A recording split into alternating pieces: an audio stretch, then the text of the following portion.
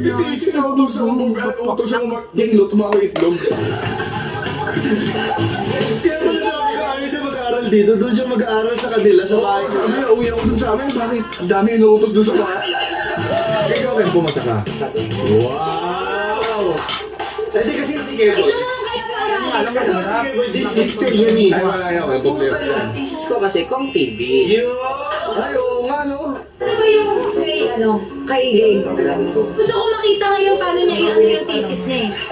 Tatawagin mo siya. Ay, panelis. Panelis si Madam. Bakit? Pag sa iba, ipapasa mo? Oo. Kasi yung paglaban pa natin, puntahan natin yung teacher. Hindi yung public school. Yeah. Hindi ka makiusap. Kasi pag okay naman po siya sa akin nung nag-depend siya sa akin eh. Sabi ng teacher, sino ano? Ha? Kaya sana gusto ko makita ngayon. Kasi makikita nyo sa YouTube video. Magaling yung instruction kung ano yung binabayaran nila. Kahit makikita nyo yung total payment, tapos may total payment. Meaning, transparent naman sila kung ano yung binabayaran ng consumers. Pero, hindi yun naiintindihan ng consumers. Lalo-lalo na yung mga 35 to 59 years old. So, Paano man nasabing 35 to 39 ang hindi nakakaintindi? sila yung 30 pa lang ako, hindi ko naintindihan. Sumabot pala 30 to 39. 30 to 59, hindi na kasi valid. ilang example, may problema. Hindi ko naiintindihan.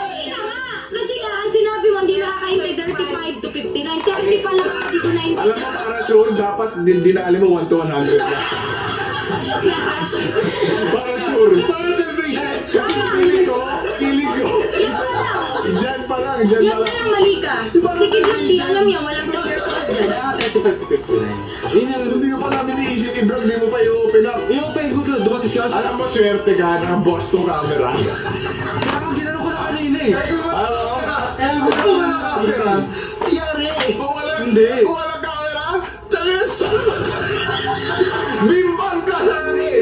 Kaya ako nga ginano kanina eh. O bakit? Ano ba't mo nga ganun? Magta-transition ka eh.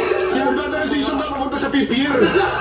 Kaya ako nga ginano kanina kasi parang hindi mo muna i-vlog. Kasi mamaya i-vlog mo, ma-disappoint ka dun sa result. Anong gagawin natin? Medyo na yan. Ganda na yan.